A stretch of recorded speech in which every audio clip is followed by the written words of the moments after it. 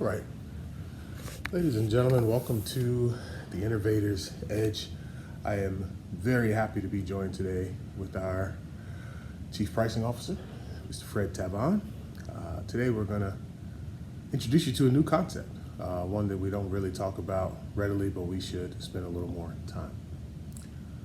Fred, when you think about innovation, what comes to mind for you? Yeah, so there's various definitions of innovation. I have a very broad one that I like to use, and it's simple in terms of making it so that it's anything that's not status quo, where you're getting some change created. I like to call that innovation. So it keeps it simple and so on. And it kind of encourages you to always be looking for improvements by generating change to get those improvements implemented. Great.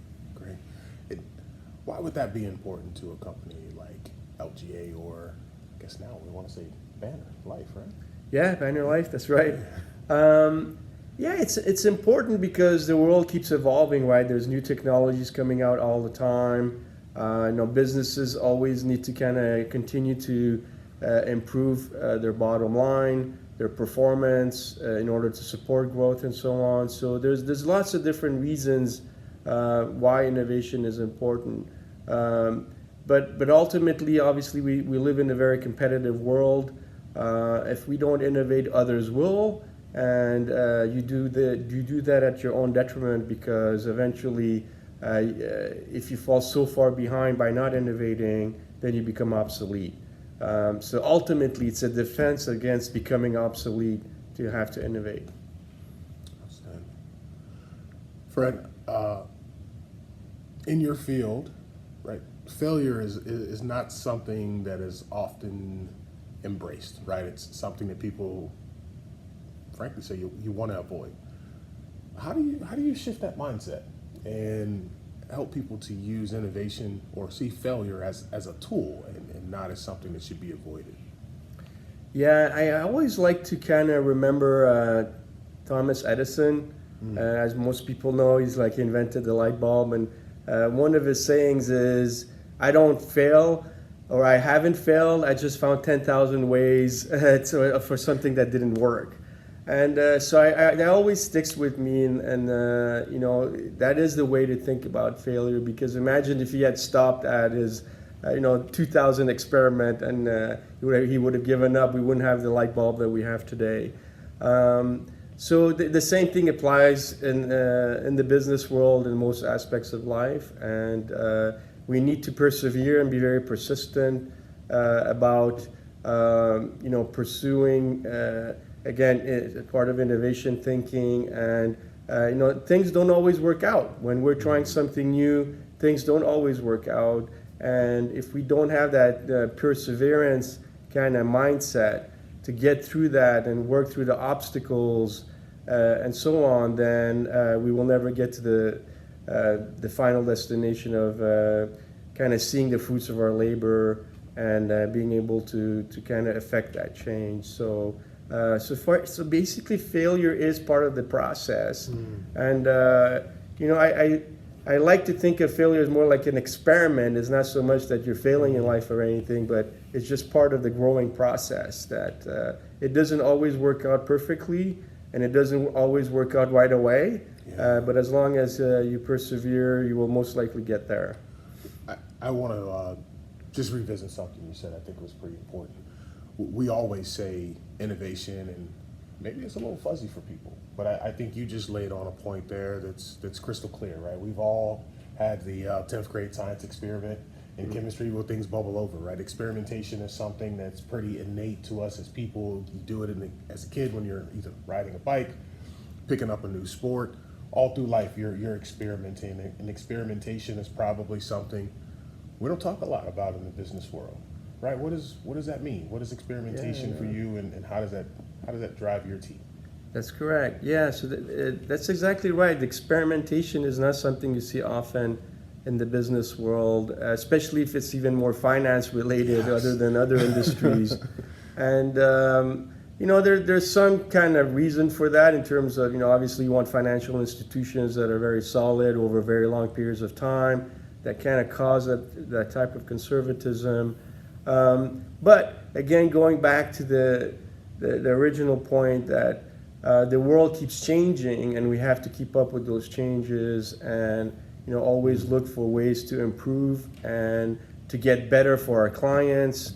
Whether the client is an agent, for example, in our case, or the client is the ultimate applicant who becomes the policy holder, or a business owner, and so on. There's always room for improvement in that area. Obviously, shareholders are also our stakeholders. Employees are our stakeholders. Employees are our stakeholders as well. So if we can introduce innovation that makes their job more interesting by kind of getting rid of some of the grunt work and kind of making it more critical thinking, where they can kind of build on their experiences and build their career up. I think there's a lot of different things that you want, a lot of stakeholders that can benefit from that experimentation. So the shareholders, obviously, if we can push down unit expenses, we improve our bottom line. So there's lots of benefits, right? And different experiments obviously might put more weight on one or the other. But usually it's surprising that once you create it for one stakeholder, you actually also get the effects for the other stakeholders at the same time, because they kind of go hand in hand. Yeah. You hit on something there again, Fred. I think maybe you're inside my head a little bit here, but you said improvement, right? And we're really big on process improvement here as an organization. But one of the things that's really interesting, and I think a way to connect that is a growth mindset. We talk about that a lot, right? How do you incorporate a growth mindset into your team and then into your leadership style? And I guess that's probably what's driving those improvements in processes, right? That's right. So when we talk growth mindset, the first thing that pops in mind is like, how do we grow the business? But to me, it's not so much about how we grow the business, because that's a result. What we're really talking about is a personal growth, right? A growth mindset is about kind of believing in continuous improvement and always looking for different ways to increase your knowledge base, increase your skill set, increase the level of your talents. And again, that goes back to how wanting to work hard, to learn from criticism. So all those good things you grew up as a child kind of believing in, I think applies in this respect, in that you got to work hard, you have to continue to educate yourself, you have to keep up with changes in the world so you don't become obsolete. So all of that together is part of the growth mindset. And then as you grow yourself, then those new skills, the new knowledge, those new talents can actually help the business and can help identify, there's a new way we can do things. We don't have to keep doing it the way we've always done it before. And and then that's what creates the results in the business itself. But we individually, all the employees in the organization need to contribute to this at the same time. You cannot just have a few individuals driving this for the entire organization. Yeah. We need all of us working as a team to make that happen. Couldn't agree more. Fred, how do you balance the need for precision and risk management with the need to take risks and to innovate?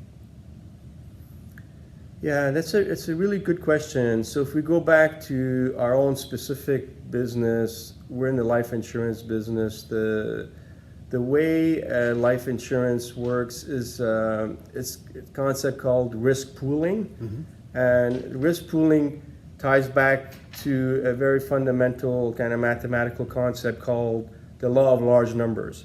The reason why we're able to make life insurance work and how we price it and so on is because there's such a thing as the law of large numbers. And what that means is if you pool enough individuals together and you charge them a certain life insurance price, that mortality rates are predictable enough in that context that you can actually get it roughly about right. And therefore, over long periods of time, you can kind of rely on some steady profits coming to play, and you will not go insolvent, right? compare that to, for example, if you're a brain surgeon, right? So a brain surgeon has to be extremely precise. There is basically no room for error. So our business, you have to be in the right ballpark, but you don't necessarily have to be as precise as a brain surgeon would have to be. And that gives us some leeway to experiment, right? Because we don't always know exactly how the future is going to unfold. But if we observe the past, we have a rough idea.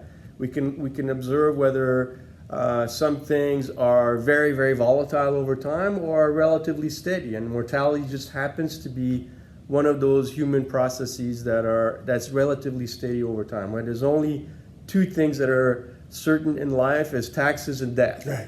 And so that actually helps our business quite a bit in terms of having that stationary kind of a slow moving process over time, which is mortality rates. And so it allows us to kind of at the same time have something that we can rely on past experiences, but because we don't have to be so precise, we can experiment with different ways of looking at it over time. For example, we can experiment with different underwriting journeys or with different distribution, even though we don't have the experience from the past over many years to know exactly how that's going to unfold in the future. Yeah.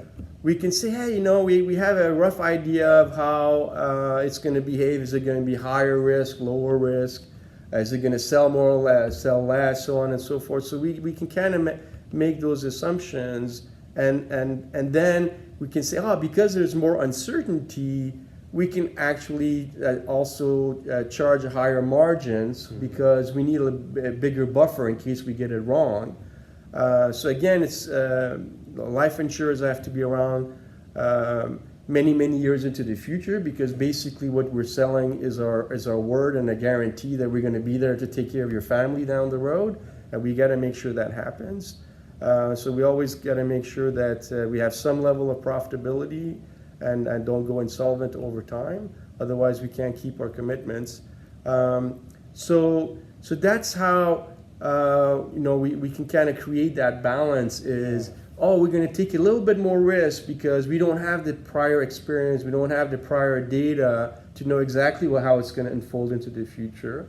But at the same time, we can charge a little bit higher of a risk charge for that, and then that helps us absorb that uncertainty, because sometimes we'll get it right, sometimes we'll get it wrong, but it averages, and as long as we have a big enough block to kind of support that experimentation, then that's how we strike that balance. So make little changes, and ultimately it comes back to what I like to always talk about. You have to fail fast and you have to fail small, and you have to get really good at figuring out how to do that. And that's where a lot of companies get the balance wrong, is they either fail very big or they're very too slow to kind of fail, because human nature is, of course, that when you think of an idea and then you bring it into production, it's kind of like your baby. It's difficult to admit if it is failing, right? So people just kind of have to have the tendency to say, let's give it a little bit longer. And the longer you give it, the larger the losses become, and so on, right? So failing fast and failing small go hand in hand. And the companies, I think, that are really good at innovating are the ones who are, very true to themselves, very data-driven, and they can be honest, saying, hey, you know what? We've tried this. It didn't really come out to according to our assumptions. The business case is not holding. We got to shut it down, and then be very disciplined about doing that. So you need all of those elements to kind of strike this balance properly. Yeah. So you said something important, like it's okay to fail, but you want to do it fast. Yes. Right. So that requires you to pivot. Right. Yeah. Tell me about a time where you needed to make a pivot, right? And what was the outcome there, because you were able to recognize that time? Yeah, no, we've had several examples of those, but I'll try to give you one of the stories. It's actually our entrance into what's called a network IMO, or a multi-layer marketing channel, where you have several layers of agents. Yeah.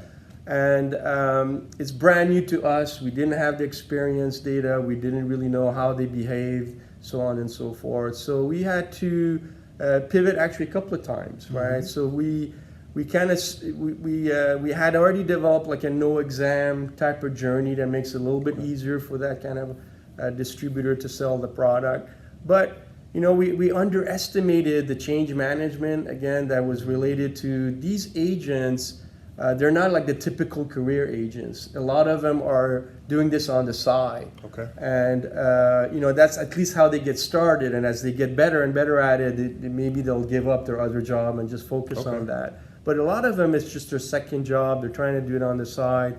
And the application process that we use for OpTerm, we try to use the same thing. And we quickly realized that, oh my God, these people really struggling with this, because what they were selling before was just final expense or very simplified issue, when there is basically no health questionnaire like we have. Okay. So one of the first pivots was, well, we need to hire somebody who knows that channel really well and can go and start training the agents to understand our world. So that was pivot number one. Yeah. Pivot number two is we had tweaked underwriting journey and automated some of the decisions so that we were getting more auto declines. And the feedback came back right away that, we want to try to save this case and save that case. So we kind of made some process changes right away to route some of those to the underwriters rather than relying too much on the automation to decline cases. Okay. And then the third pivot actually came is a little bit longer went by, and one of the founders of Quility talked to us and said, you know what? I really need you guys to significantly lower the APS rate. And why did he ask for that? And we actually had collected enough data by that point to see the insight. And the insight was, when you guys tried to order APSs to save the case, what's actually happening is those people are just walking away. So you're spending the money to get the APS, more underwriting time, but at the end of the day, you've lost the interest. That person's already walked away. So what you need to give us is develop a new journey that has very low APS order rate. They didn't care so much about the declines. They actually said what's much more important, given the data insights, is to have a very low APS order rate. So we designed a brand new journey. That was the pivot again, to go from, something like, let's call it 50% APS order rate, we got to less than 1% APS order rate. Wow. And as soon as we introduced that, we saw a big spike in sales and placement rates and so on. So again, it just shows you that when you're going into something new, we experiment, pivot, pivot, until we get it right. And now we're thinking that we're almost there. We're still not done. Like, we know there's feedback coming in, like our application journey is still a little too cumbersome for this particular channel and these type of agents. So we're continuing to develop ways where we're gonna make it shorter, make it less complicated, so on and so forth. So more pivots left. Yeah. We know what they are, and we can kind of create the roadmaps to make it happen. So I have to ask you the question that's probably the 5,000-pound elephant in the room. Obviously, you're leveraging AI for that, right? We're leveraging machine learning. Machine learning. I think some of the application stuff that I just mentioned, we want to start using generative AI type of technology. Yeah. But right now, a lot of what we've done is get some machine learning in it. So machine learning falls under the umbrella of artificial intelligence, but it's a different branch of it in terms of the type of mathematics that's used. It's kind of supervised learning, like what you see like in science fiction and in movies. Is generative AI requires a lot more data, right, than the machine learning. So that's one of the big differences. The second thing is that the machine is kind of teaching itself in real-time basis. Machine learning is learning in steps. So you have a smaller set of data, it learns from that, and then it works with the people who have the domain expertise, right? So they fine-tune it, they get the insights out. Then you step up again and you feed it more data, that's the next generation of data. And then it learns a little bit more, and then you keep fine-tuning it that way. So it's more closely related to statistical regression concepts, where it's looking for specific patterns in mathematical ways. So that's what we've been using is, hey, we have a lot of data on underwriting, we have a lot of data on our business mix, on the policyholders themselves, and that helps us identify areas where, for example, in the past we were ordering too many APSs or too many exams, and when we look at that and what was the outcome of ordering all of that, we have all that data, we've tracked it all, right? So that allows us to say, yeah, we did that, but some of it didn't bring that much value to us. So we can start eliminating all that. So that's the machine learning approaches that we've been using. Yeah. That seems like it's aligned very well to the iterative processes that you were talking about earlier. So outstanding. Let's pause there. Yeah. Yeah, let's pause there. So that was 20 minutes just there. Yeah.